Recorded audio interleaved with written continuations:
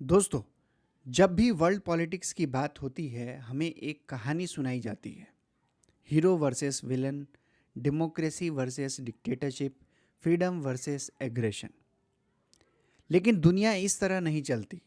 दुनिया चलती है सप्लाई चेन, एनर्जी फ्लो और मार्केट प्राइसिंग से। और जो सैंक्शन अमेरिका ने रशिया के ऑयल पर लगाए हैं, वो शांति के लिए नहीं, बल्कि अपने ही ऑयल इंडस्ट्री को बचाने के लिए लगाए गए हैं। पर इस गेम का बिल कौन भर रहा है? इंडिया, आप, मैं और हम सब।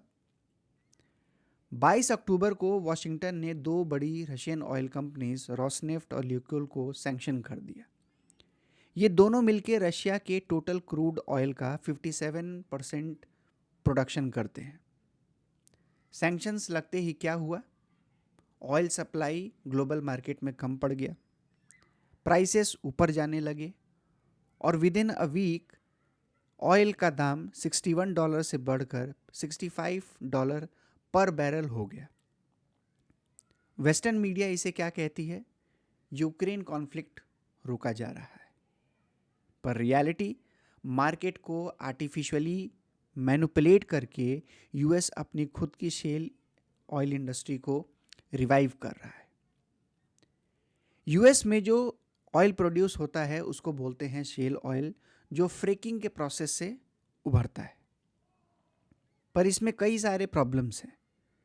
शेल वेल्स बहुत ही जल्दी डिक्लाइन हो जाते हैं, पहले साल में तो लगभग 70%। इनका कॉस्ट ऑफ प्रोडक्शन बहुत हाई होता है और प्रॉफिट तभी होता है जब ऑयल के प्राइसेस हाई हों। यानी कि ये इंडस्ट्री 60 से $70 पर बैरल के नीचे घाटे में चली जाती है। दूसरी तरफ रशिया का ऑयल सस्ता और स्टेबल है। रशिया 45 से लेकर 55 पर बैरल में भी प्रॉफिट में रहता है। तो अगर मार्केट में रशिया का ऑयल ओपन सप्लाई में हो तो ग्लोबल प्राइसेस डाउन रहेंगे और यूएस का शेल ऑयल डूब जाएगा। तो यूएस ने क्या किया? रशिया के ऑयल सप्लायर्स को ब्लैकलिस्ट कर दिया, सप्लाई को बैंडविड्थ से चोक कर दिया, स्कार्सिटी क्रिएट किया, प्राइसेस को आर्टिफिशियली ऊपर कर दिया और दिखावा कि हम शांति ला रहे हैं। ये शांति नहीं है, ये बिजनेस रेस्क्यू का एक ऑपरेशन है। यूएस सैंक्शन का मतलब सिर्फ ऑयल ना खरीदना नहीं होता है। ये होता है अगर किसी ने रशिया के साथ ट्रेड किया तो उनको भी पनिश किया जा सकता है, उनको स्विफ्ट से कट किया जा सकता है और उनकी सॉफ्टवेयर सर्विसेज ब्लॉक की जा सकती है। और इस बात का सबसे ज़बरदस्त एग्जाम्पल है न्यारा एनर्जी गुजरात, जुलाई 2025। माइक्रोसॉफ्ट ने सॉफ्टवेयर एक्सेस सस्पेंड कर दिया क्योंकि कंपनी के शेयर होल्डर्स में रशिया का स्टेक था। फैक्ट्री चल रही थी, मशीन्स थे, वर्कर भी थे, ऑयल भी था, सब कुछ अवेलेबल था, लेकिन सॉफ्टवेयर का एक्सेस रोक दिया गया। नतीजा, रिफाइनरी बंद पड़ी रही। आप समझ रहे हैं, आज के ज़माने में अमेरिका बिना बुलेट, बिना नेवी, बिना ड्रोन के पूरे देश के इकोनॉमिक सिस्टम को बंद कर सकता है। इंडिया के लिए ये क्यों डेंजरस है? सबसे पहला, डिजिटल डिपेंडेंसी। हमारे रिफाइनरीज, बैंक, पोर्ट, लॉजिस्टिक सब यूएस बेस्ड सॉफ्टवेयर पर चल रहे हैं। अगर यूएस ने एक्सेस सस्पेंड किया तो हमारे सभी ऑपरेशंस फेल हो जाएंगे, फ्रीज हो जाएंगे। दूसरा है ऑयल डिपेंडेंसी। 1985 तक इंडिया अपने ऑयल रिक्वायरमेंट को 85% तक डोमेस्टिकली प्रोड्यूस कर लेता था, पर आज इंडिया 85% ऑयल इंपोर्ट करता है। मतलब हमारा एनर्जी नेक किसी फॉरेनर के हाथ में, किसी वल्नरेबल ग्रिप में है। तीसरा है पेमेंट सिस्टम से जुड़ा रिस्क। अगर स्विफ्ट से कट हो गए तो हमारे इंपोर्ट रुक जाएंगे, इकोनॉमी की सांसें टूट जाएंगी। इंडिया को दो बड़े काम करने का टाइम आ गया है।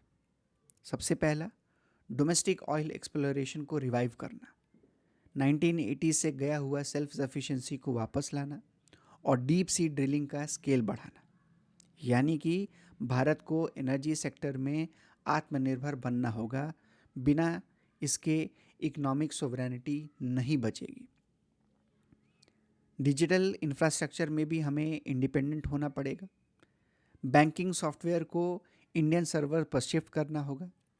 रिफाइनरी ऑटोमेशन सिस्टम को ओपन फ्रेमवर्क पर लाना होगा। पेमेंट सिस्टम के लिए स्विफ्ट जैसे पैरेलल सिस्टम को बिल्ड करना होगा, जैसे रशिया का SPFS और चाइना का CIPS। ये मॉडर्न एरा की नेशनल सिक्योरिटी है। फौज बॉर्डर्स बचाते हैं और सर्वर्स हमारे इकोनॉमी को बचाएंगे। दोस्तों, ये वॉर यूक्रेन और रशिया का नहीं है, ये वॉर कंट्रोल का है।